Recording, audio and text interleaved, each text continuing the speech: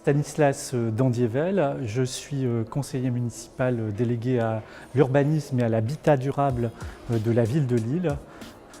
26% des habitants, des ménages, sont en situation de précarité énergétique. Ça représente près de 30 000 personnes. Ça veut dire que ces ménages ont des difficultés à se chauffer, à régler la facture d'énergie.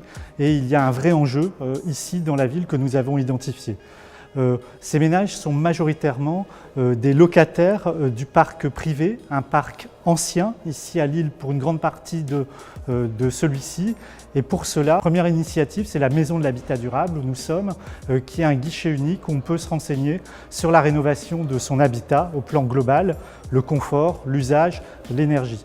Mais au-delà de ça, il nous a semblé important d'aller vers les personnes en difficulté énergétique et c'est tout l'enjeu de l'action médiation précarité énergétique que nous avons décidé de lancer. Cécile Nollet, inspectrice de salubrité au service communal d'hygiène et de santé de la ville de Lille. J'interviens régulièrement dans les logements sur plainte de locataires. Donc, chaque signalement fait l'objet d'une visite. À l'occasion de cette visite, nous vérifions que les logements sont conformes ou non à la réglementation en vigueur.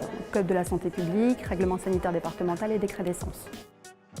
Hervé Free, je travaille à la ville de Lille, à la direction Habitat et je suis coordinateur de la précarité énergétique. La ville de Lille a mobilisé ses acteurs locaux pour qu'ils puissent mettre en place une démarche globale auprès du ménage, à la fois sur les budgets, l'usage et les travaux nécessaires et performants pour rendre le logement moins énergivore.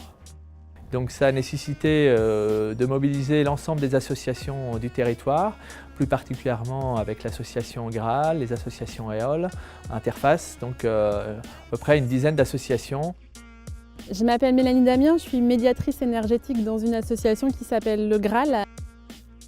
Alors moi je rencontre des locataires qui sont en difficulté dans leur logement à cause de difficultés énergétiques, donc qui ont des grosses factures énergétiques, qui souffrent souvent du froid, de l'humidité, dans des logements parfois indécents.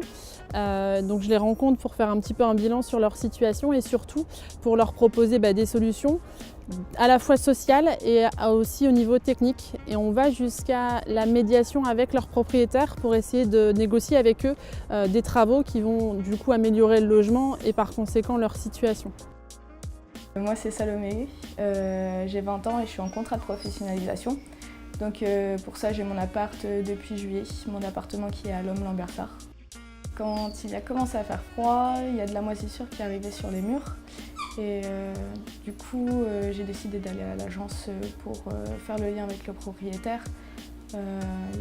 Ils l'ont appelé, mais il n'a rien fait. Il n'est pas venu une seule fois. Il est venu une fois pour le cumulus, mais c'est tout. Et du coup, j'ai décidé d'aller à la mairie, au service de l'hygiène, pour essayer de faire bouger les choses. Et c'est là qu'ils ont fait le lien.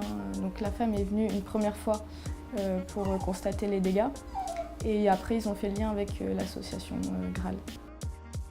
L'association m'a contactée pour prendre un rendez-vous, pour qu'elle puisse se déplacer et venir constater par elle-même ce qu'elle a fait. Après, elle m'a conseillé, moi en tant que locataire, ce que je pouvais faire pour réduire les dégâts. Et après, c'est elle qui faisait le lien avec du coup, le propriétaire pour lui remonter que les dégâts et que ça serait important de faire des travaux. La médiation, je trouve que c'est un bon point de départ.